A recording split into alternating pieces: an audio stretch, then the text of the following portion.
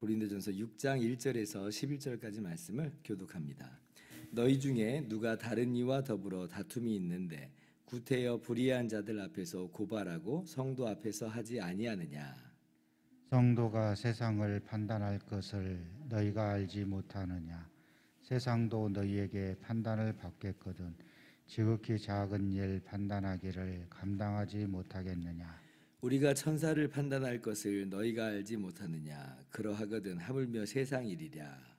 그런즉 너희가 세상 사건이 있을 때에 교회에서 경히 여김을 받는 자들을 세우느냐. 내가 너희를 부끄럽게 하려 하여 이 말을 하노니 너희 가운데 그 형제간의 일을 판단할 만한 지혜 있는 자가 이같이 하나도 없느냐. 형제가 형제와 더불어 고발할 뿐더러 믿지 아니하는 자들 앞에서 하느냐. 너희가 피차 고발함으로 너희 가운데 이미 뚜렷한 허물이 있나니 차라리 불의를 당하는 것이 낫지 아니하며 차라리 속는 것이 낫지 아니하냐. 너희는 불의를 행하고 속이는구나. 그는 너희 형제로다.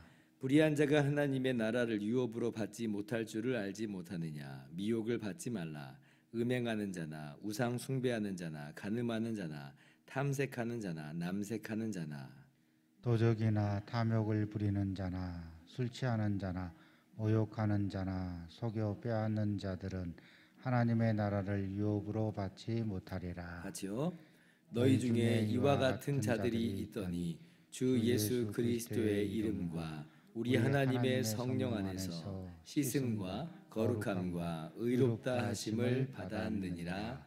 아멘. 할렐루야. 하나님의 크신 은혜와 평강이 오늘도 변함없이 여러분 가운데 가득 넘치기를 주님의 이름으로 축원합니다.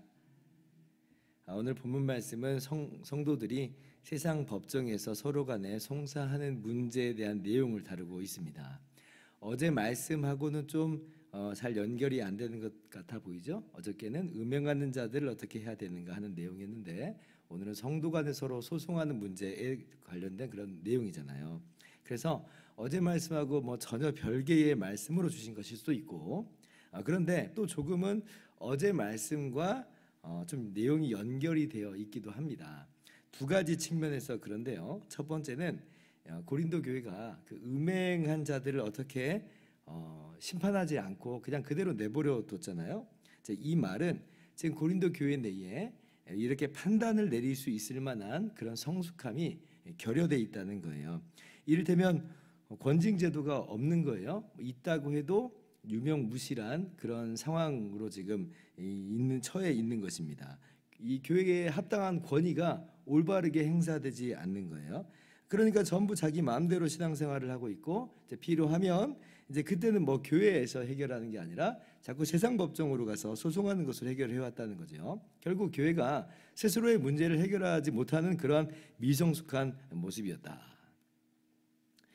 그래서 이제 바울 사도는 오늘 말씀을 계속 이어가면서 교회가 이제 하나님의 말씀에 따라서 성도 간의 이 삶을 판단할 수 있는 그런 권위가 있음을 이제 이야기를 하고 있는 거예요. 그런 측면에서 이제 앞달락과 연결이 되고 있는 것입니다. 5절 보면 너희 가운데 그 형제 간의 일을 판단할 만한 지혜 있는 자가 이같이 하나도 없느냐. 이 말은 지금 교회 안에서는 서로 간에 판단하고 또 그렇게 조정하고 하는 것들이 가능하고 또 그렇게 기능해야 된다는 말이거든요. 근데 그것이 지금 고린도 교회 내에는 전혀 안 되고 있다는 겁니다. 참고로 우리 장로교 제도에서는 당회가 이 일을 맡고 있죠. 온 교회가 다 그 권징하는 일에 참여하는 것이지만 당회에게 그러한 이 조사하고 판결하고 집행하는 그런 권한을 이제 주도적으로 할 수 있도록 권한을 준 거예요. 자, 그리고 또 다른 측면에서 어떻게 연결이 되냐면 이 문제가요. 이 고린도 교회의 일종의 좀 자유의식이랄까요? 과도한 자유의식과 그 측면에서 연장선이라고 볼 수가 있어요. 즉 이제 고린도 교인들이 나는 그리스도 안에서 자유해, 난 뭘 해도 괜찮아, 뭐 다 용서받을 거야, 이러한 잘못된 자유의식을 갖고 있는 거죠. 그러면서 음행의 죄를 막 저질렀던 것이에요. 근데 그건 사실 자유가 아니라 방종이죠. 자, 그런 자유의식이 오늘은 또 어떻게 표출되고 있냐면 저 사람과의 소송을 불사하는 것으로도 나온다는 거예요. 어떠냐는 거예요. 나는 자유로운데, 나는 소송도 할 수 있는 존재야. 그러면서 나는 절대로 내 권리를 침해받지 않겠어 라고 지금 이제 자신의 자유를 과도하게 표출하고 있는 것이라 볼 수가 있습니다. 예, 우리가 그리스도 안에서 자유한 자들이죠. 그러나 여러분, 그 자유는요, 마땅히 더 큰 가치에 의해서, 또 다른 가치에 의해서 제한되어야 돼요. 그것을 오늘 이제 바울 사도께서 성령의 감동으로 우리에게 말씀하고 계시는 겁니다. 음행의 문제가 왜 안 돼요? 거룩성이라고 하는 그러한 더 큰 가치에 의해서 제한을 받아야 되잖아요. 서로 간의 소송에 대한 문제는 왜 이 세상 법정으로 가져가지 말라는 거예요. 이건 사랑이라고 하는 더 큰 가치에 의해서, 또 다른 가치에 의해서 올바르게 제한되어야 하는 것이기 때문에 그렇다. 그런 측면에서 지금 같은 맥락이라고 하는 거죠.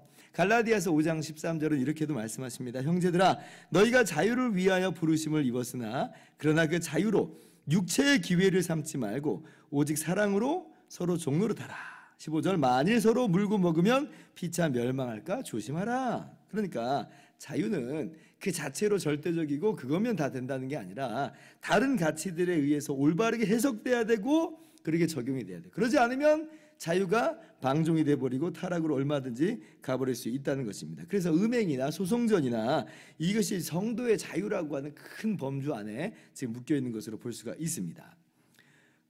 그러므로 결국 이제 성도들이 서로 간에 소송을 벌이는 이 문제에 있어서, 특별히 세상 법정으로 막 가져가려고 하는 그 문제에 있어서 우리가 어떻게 이것을 이해하고 또 해결해야 되는지 이제 원리적으로는 답이 나온 거예요.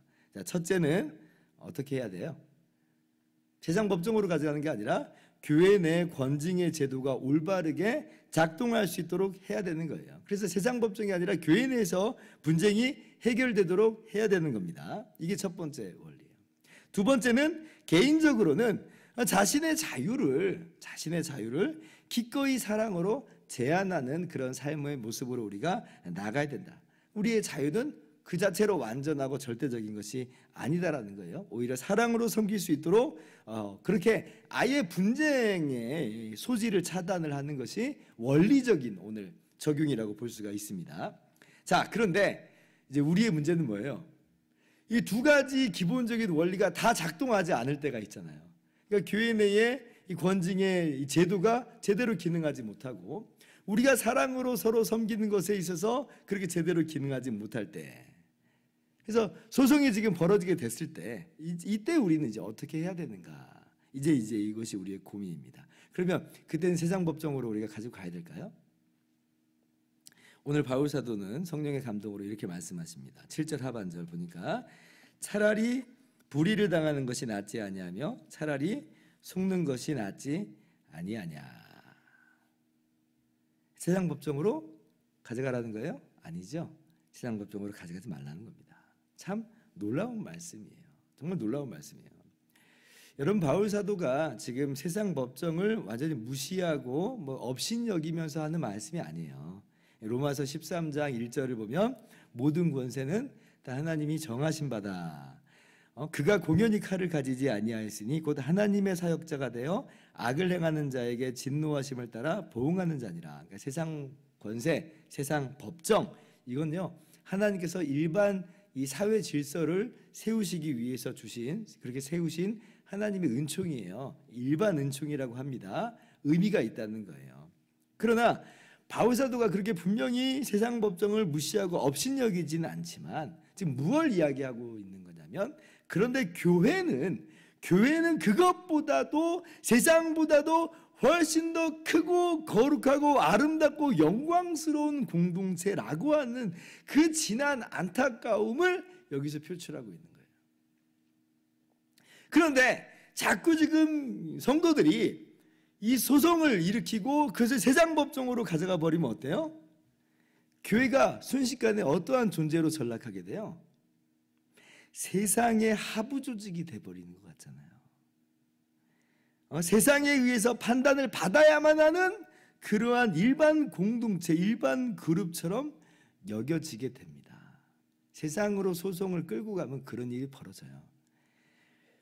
그게 너무 안타까운 거죠. 바로 너무 안타까운. 그러니까 차라리 오늘날 우리 한국 교회가 당면하는 문제도 바로 이런 것들입니다. 그냥 교회 내에서 이것이 이 올바른 권징 시스템에 의해서, 권징 제도에 의해서 조정되고 판결되고 그렇게 해야 되는데, 성경적으로 해야 되는데, 근데 이제 거기에 불복하기도 하고요. 그래서 자꾸 세상으로 끌고 가니까 교회 내 이 권징 제도가 아주 무시돼 버렸어요. 그리고 교회가 업신여김을 당합니다. 오늘 딱 그 이야기예요. 세상이 교회를 오히려 판단하고 있어요. 업신여기고 있어요. 야, 너희들은 이것도 너희들끼리 해결 못하는 존재들이구나. 얼마나 안타까워요, 이 사실이. 교회가 그런 존재가 결코 아닌데, 교회는 그리스도의 몸인데, 교회는 세상을 충만하게 하시는 하나님의 충만인데, 근데 오히려 이 소송전으로 말미암아 교회의 권위와 교회의 영광이 형편없이 낮아져 버리게 됐다. 그러니까 그게 너무 가슴이 아픈 거예요, 바울사도는. 그래서 하는 말이 차라리. 물론 더 큰 죄악을 방지하기 위해서, 또 그리고 죄악을 저지르고 있는 그 영혼을 우리가 죄악 가운데 그렇게 무너지도록 하지 않게 하기 위해서 우리가 이런 정말 불가피한 일들이 필요할 수도 있다고 봅니다. 그러나 그 가운데서도 우리 마음 가운데 잊지 말아야 될 정신은 뭐냐면 차라리. 그러니까 소송이라고 하는 것은 내가 절대로 나의 권리를 침해받지 않겠다, 보복하고 복수하는 그런 감정이 그 안에 막 다소간에 녹아 있잖아요. 양보하지 않음이 그 안에 녹아 있잖아요. 근데 그런 게 아니라 우리가 불가피하게 정말 그런 일을 맞닥뜨린다 할지라도 우리의 마음은 항상 뭐예요? 차라리. 보복하고 복수하는 게 아니라 우리는 그를 위해서, 그리고 정의를 세우기 위해서 우리가 어쩔 수 없이 이 일에 지금 뛰어들게 된 것뿐이지, 우리는 내 권리를 다 빼앗기지 않고 침해받지 않기 위해서, 그래서 당신을 무너뜨리기 위해서, 짓밟기 위해서 하는 게 아니다라고 하는 그 마음을 갖고 있어야 돼. 차라리 교회 공동체가 세워지기를 바라는 마음, 교회의 영광스러움이 드러나기를 바라는 마음을 항상 잊으면 안 된다는 거죠. 여러분, 오늘 이 말씀은 굉장히 어려운 권면입니다. 굉장히 어려운 권면이에요. 그러나 오늘 말씀을 우리 마음 가운데 좀 새기면서 성도 간의 분쟁이 벌어졌을 때, 다툼이 벌어졌을 때 우리가 한 발 조금 양보하는 그런 모습으로 나아갈 수 있기를 권면합니다. 하나님 아시니까요.